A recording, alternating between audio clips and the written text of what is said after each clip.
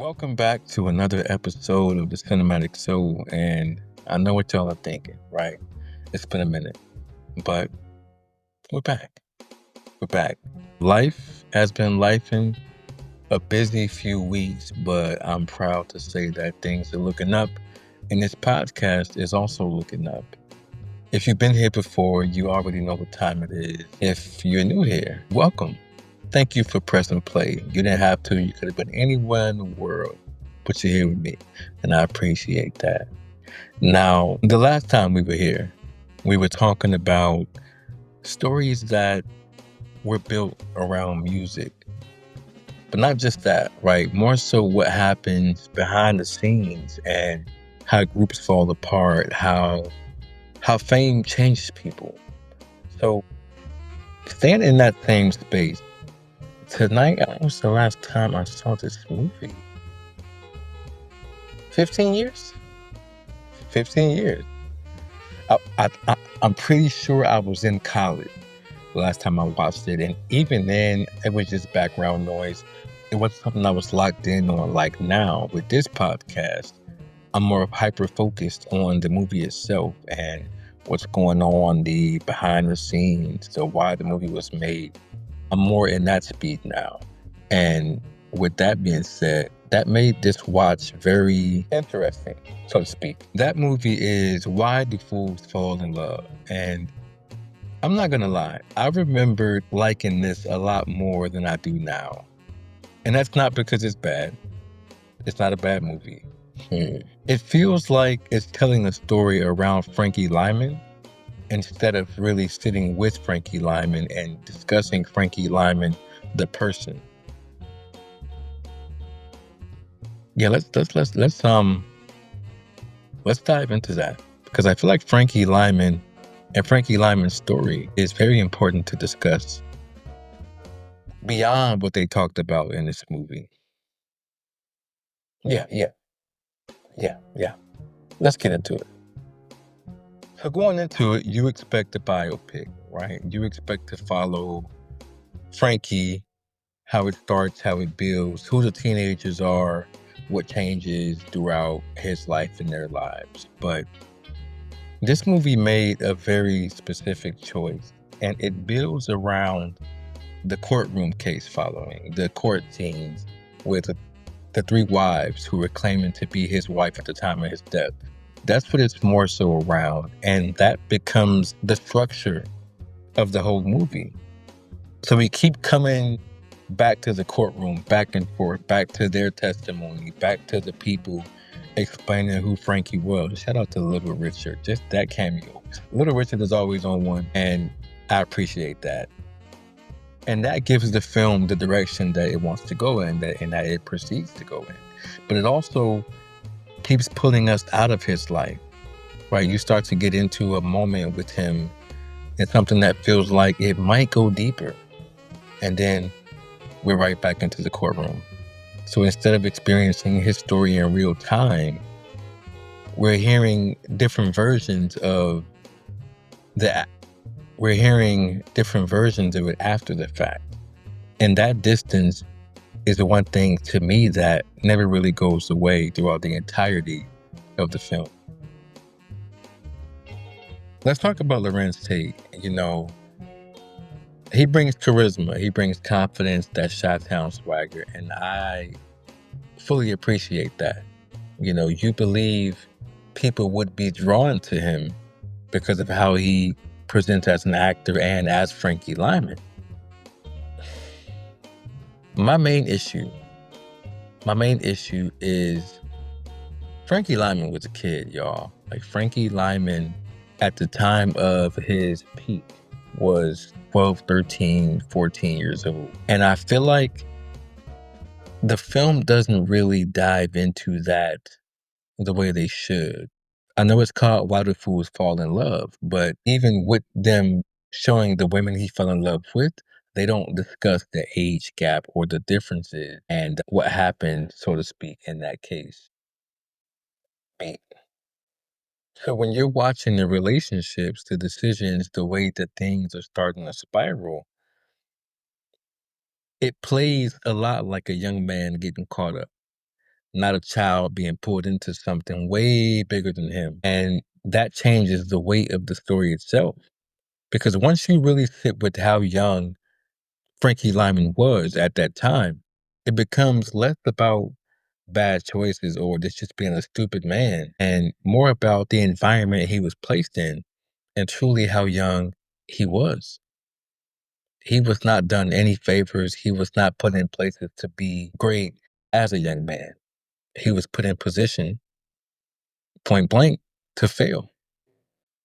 And that, the gaps in his story, that's kind of where, to me, the movie starts to feel kind of thin and it falls kind of short.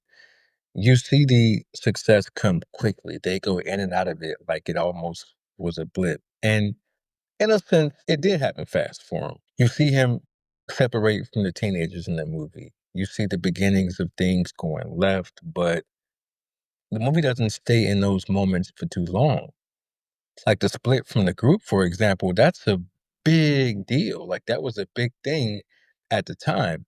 But in the movie, it was like maybe a minute and a half. And they made it seem like he was just some bashful guy who didn't know what was going to happen when he went solo. The real Frankie Lymon knew what was going to happen when he went solo. And that's where everything shifted in his life and in the group. But here it just kind of happens and moves on. Same thing with the addiction. It's there, but it doesn't really sit with it. So by the time we get to the later parts of his life, it feels rushed. Like we skipped over the parts that would have helped us really understand how he got there. It's just, hey, here's this guy. He's singing, he's doing splits. All the fools fall in love, or he loves her, she loves him. A little drama. Next woman, so on and so forth. And that's how it went. Whatever. Cinematic flowers. We've come to our part in the show where I give a character or an actor in the movie the flowers, what we call cinematic flowers. Now let's give out some for this week. So, because this film does have some strong performances, several characters could have gotten it, but one actress stood out to me. Vivica A. Fox. She understood exactly what kind of movie this was. Like her timing, her energy, the way she just delivered her lines, man. She kept those scenes alive. And there was a confidence that never really felt forced. And that was just who Vivica was at that time. Like in the 90s, Vivica was on fire. From Set It Off to Independence Day to even Booty Call. Like she was in all these movies like year after year after year, where I think we should have a conversation at some point about her being one of the most recognizable actresses, especially Black actresses of that time. She put in the work and she did her thing. And in this movie, it was just no different. It wasn't something that felt forced when she came on the screen. Every character, every scene, it just felt natural. And she brings a level of personality that makes you stay locked in whenever she's on the screen, whether it's for 10 seconds or 10 minutes. Even when sometimes in this movie, the writing kind of leaned more so dramatic, she kept it grounded enough to feel like it was a real thing, where this is a real person who it was. And with Vivica, she brought that energy. Now, honestly, that's what makes the movie feel comfortable to me when it's centered around her and the other women. Those scenes have rhythm, Halle Berry, they have rhythm. They move. They feel like the movie knows exactly what it's trying to do in those moments. Her character, which is hilarious, I felt for her when he threw her dog out of the window, because the dog bit him. To even hold the dog out of the window in the first place is absolutely asinine behavior. Like, whether that happened in real life or not, I don't know. I couldn't find that part of it, but I was looking for it. That was just insane to me. And the hurt that she had in her voice, the trembling, I felt for her. I was like, damn, I feel like that was my dog. And that moment getting dangled out of the window because this junkie of a boyfriend I have is fed up. She made me feel that energy. So with all that being said, Definitely got to give Vivica the flowers for this week. Cinematic flowers. It's Vivica A. Fox. Salute to you. Fuck what the haters got to say. From a filmmaking standpoint, there are things here that I like. The transitions between the timelines are clean. You're never confused about where you are. They made choices, whether it was the 1950s scenes or the 1980s scenes, that were clean, that were grimy when necessary, that were theatrical. I appreciated how the jumps were. Like, for example, there was a scene where Zola's character, played by Halle Berry, was telling a story about when Frankie first came to her house when they reconnected, and she had this house on the hills, and it was this gorgeous house, right, with these see-through windows. When she first said it, it was daytime, so they have like the house, and they show the outside, the sun beaming in. It was a gorgeous shot. And she said, no, wait, maybe it was at night. And in the snap of a finger, they show that same house, the same clothing, the same lighting, but with the moon in the background, and the sun's faded. So it changes how the scene looks, and it changes how the scene performs visually. And those are choices that I appreciate, because if you don't just get past that, you can see the beauty and the editing and the choices that were made by the directors and cinematographers. So shout out to them for that part. Some of the performance scenes give you a glimpse of the energy around Frankie at his peak. Lorenz and his dancing, he didn't do too much, but he did those splits. The eye contact kind of threw me off sometimes, but the way they shot it and filmed it, it felt like an actual performance from the 1950s that you're watching on American Bandstand or any TV show of that nature. It felt real. And then there were moments where the lighting and the framing really helped sell the shift in the time. But even with that, this movie to me feels more confident visually in the courtroom than it does in Frankie's actual life. And that's kind of the issue in a nutshell for me that I came to. If this was just like a courtroom movie, not about Frankie Lymon and about a fictional group of people, I think it would have done a hell of a lot better. It would have probably made $100 million. Like, just the courtroom aspect alone was brilliant. But as the Frankie Lymon film, it fell short. There's another layer here that the movie touches on briefly, but it doesn't really sit with it in the time that I feel it should have. And I think that could have helped the movie in a sense. And that's how much Frankie Lymon was taken advantage of. They briefly go over it as far as from the manager standpoint, but not like they should have. When you really look at Frankie Lymon's story, this is more than just fame going wrong. This is a kid, a child turned into a teenager that was entering an industry that just wasn't built to protect him at all. Like, he's this 12 or 13-year-old making hit records, goody, and he's touring, being managed, being marketed, and constantly surrounded by adults who see what he represents. And a lot of times what they see first is the money, the dollar signs, and not the responsibility aspect of caring for this child in this industry.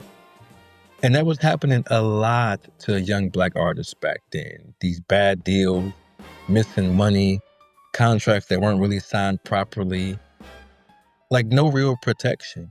They had no real protection, even from their families, in some cases. New edition, but that was a real issue, and still is, essentially. If you were young and on top at that time, it made you even more vulnerable. And then there's the relationship side of it. And I'm not even going to go all the way there right now, because that's a big issue as well. But it needs to be acknowledged. You've got a 12, 13, 14-year-old boy involved with these older women, some like 19 years old themselves, some grown as hell. And the movie just presents it like it's a part of the story. Oh yeah, he's a teenager and this is They're getting married, this and that. Like, it shouldn't be questioned, right? And that's something that deserves more weight than it gets here, than it gets in real life, in present day. And I'll unpack that fully another time. We don't have the time or space today because I could go on for 2.5 hours.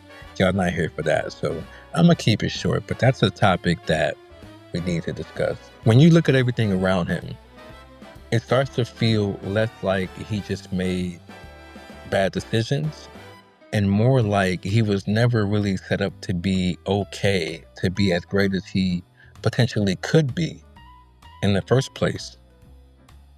And that really made me sad for Frankie Lymon. I wanted more for Frankie Lymon. He deserved more. By the time we get to the end of the movie, it leans more into the tragedy aspect of his life and the workings around everybody. And it works, but it doesn't really hit as hard as it could, in my opinion. We don't really sit with the journey of getting to that point. It's just like, bam, heroin, bam, overdosing all the time, bam, selling coats and getting beat up, and it just feels so quick. And then you see the real footage of Frankie at the end. And that's when, at least for me, it really clicked.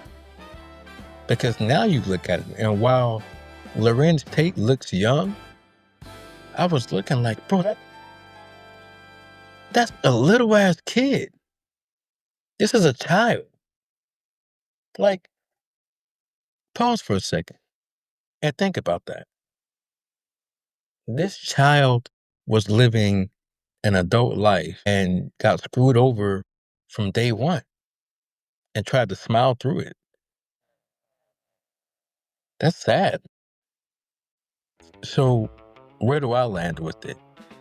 Why the Fools Fall in Love is without a doubt a movie that, from the actors who were in it, the music, because I do love some of those songs that were in the movie, I respect the movie.